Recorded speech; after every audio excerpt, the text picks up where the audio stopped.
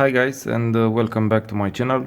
I'm seriously backlogged with a lot of repairs, and eventually I will catch up with them, but yeah, time is a problem to all of us, I guess.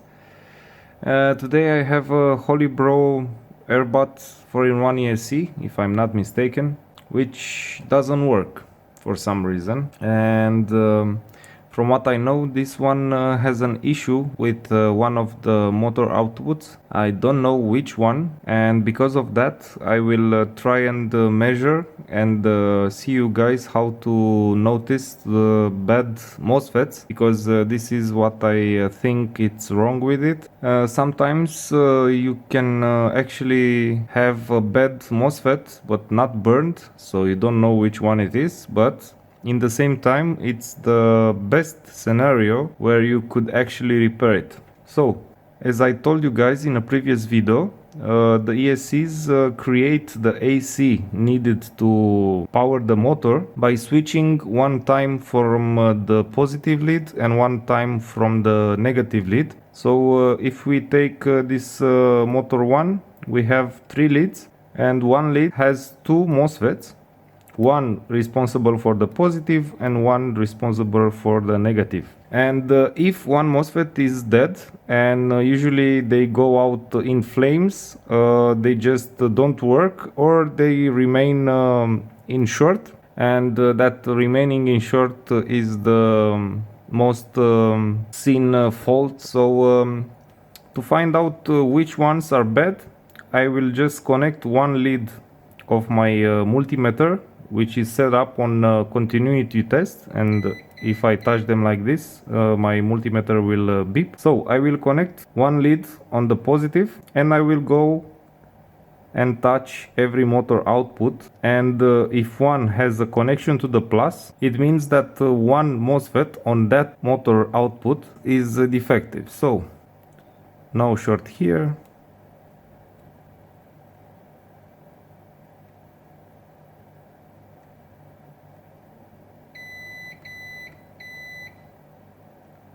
Okay, so this one has an issue. And now I will get to the negative and do the same.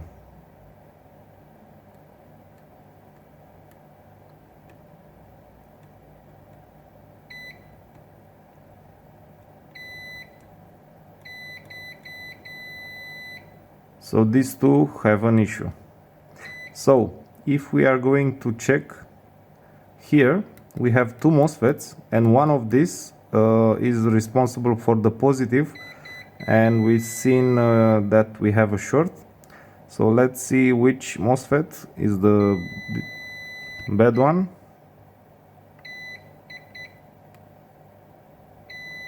So this one is bad for sure. I will just sign it. This one should be okay. And here we have a shorted MOSFET on the negative, and if this one is for positive, this one should be for negative. As you can see, we have these two that are shorted. So what I'm gonna do now is just power on my hot air gun, put it on high heat around 400 degrees, because it will be very hard to heat up all these boards and actually get that solder to melting point. I will apply some flux on the PCB so that the solder gets reflowed nicely. I will try to heat it up and take out the both killed MOSFETs in the same time. And as I told you earlier, I will heat up the board from a distance first, but working on this particular ESC will be very difficult, because usually these types of ESCs have a lot of copper in it, so heating up the board to reach the melting temperature of the solder will be very hard, especially if the solder is lead free. but let's hope everything will turn out okay. I need more flux here, and I will hit it from a distance. Now I will get closer.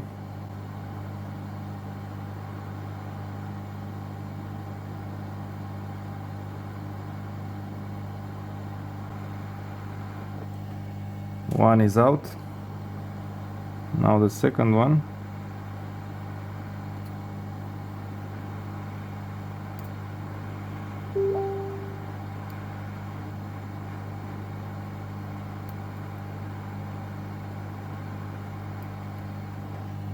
Second one is out. Good.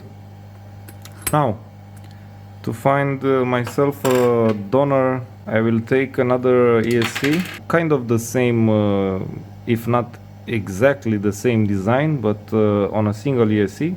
If I'm not mistaken, this design is from the Betaflight 32 amp ESC design, which you can see on a lot of ESCs out there. On this one, it's almost obvious that this MOSFET here is broken. I can dig into it, if you can see it. This one had conformal coating on it.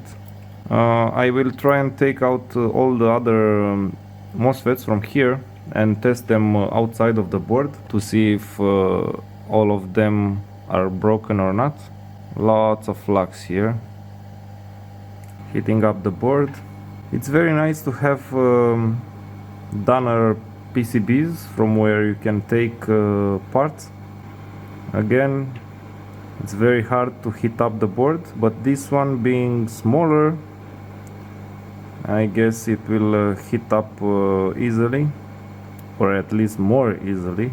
So the PCB is kind of reaching the right temperature.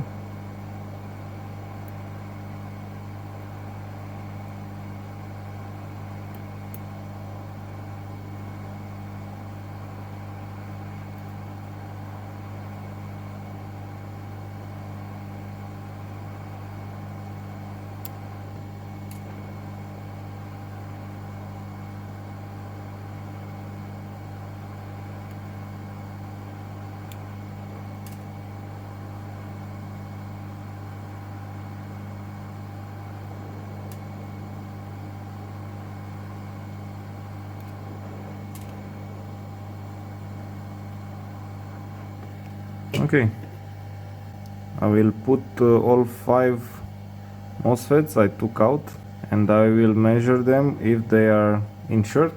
For all those of you who know what I'm doing here, you know that this is not the right way of measuring a MOSFET, but it's the fast and dirty way.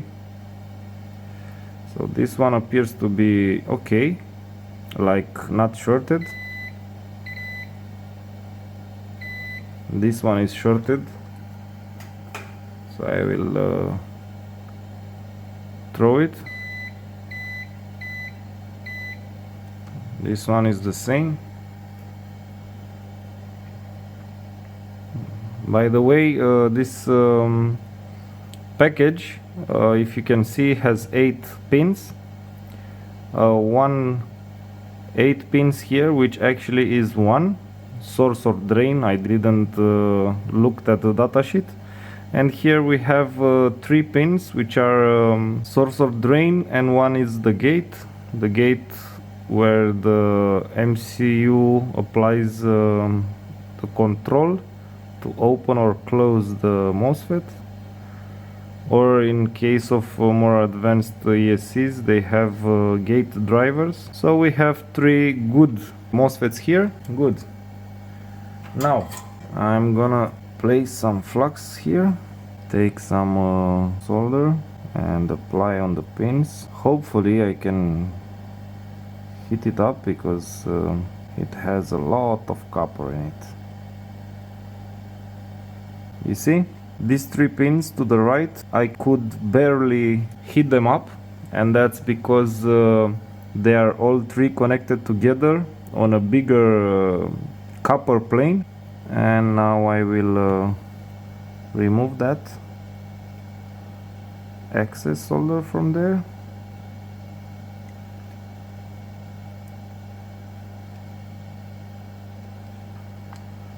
And also from here.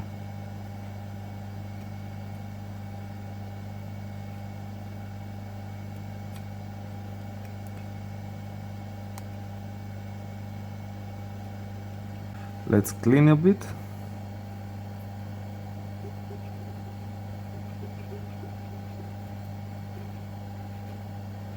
Apply some solder to the pads.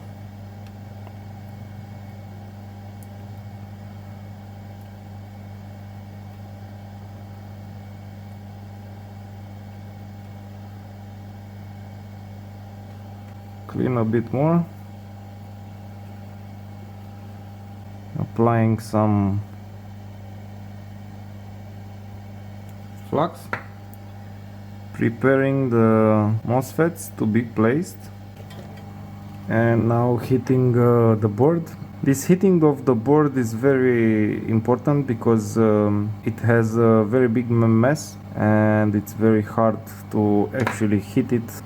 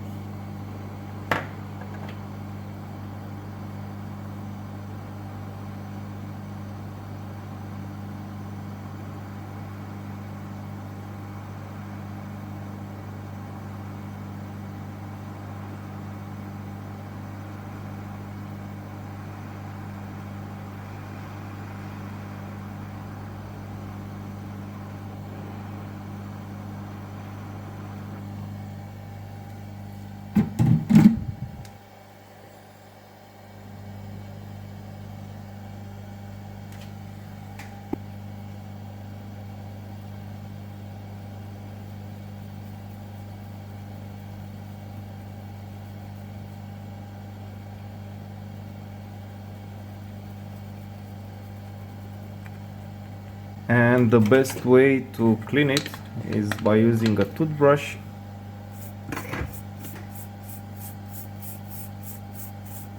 Together with alcohol and swiping to left to right and the other way around and getting all that burnt flux out.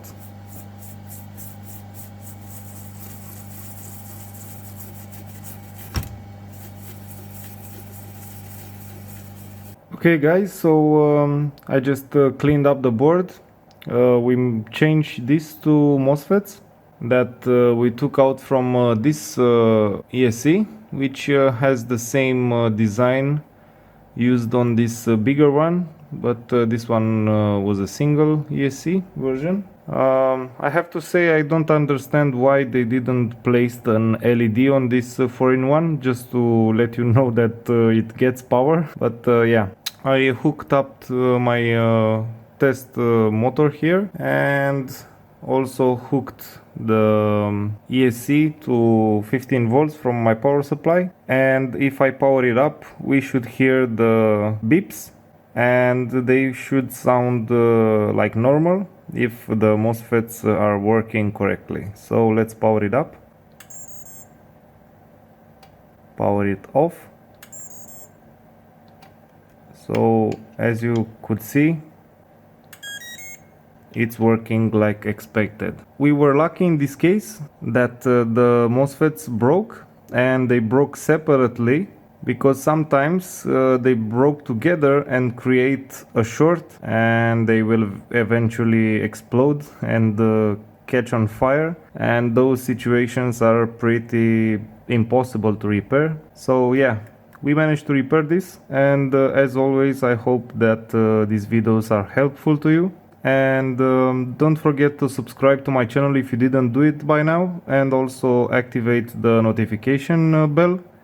And see you next time. Bye.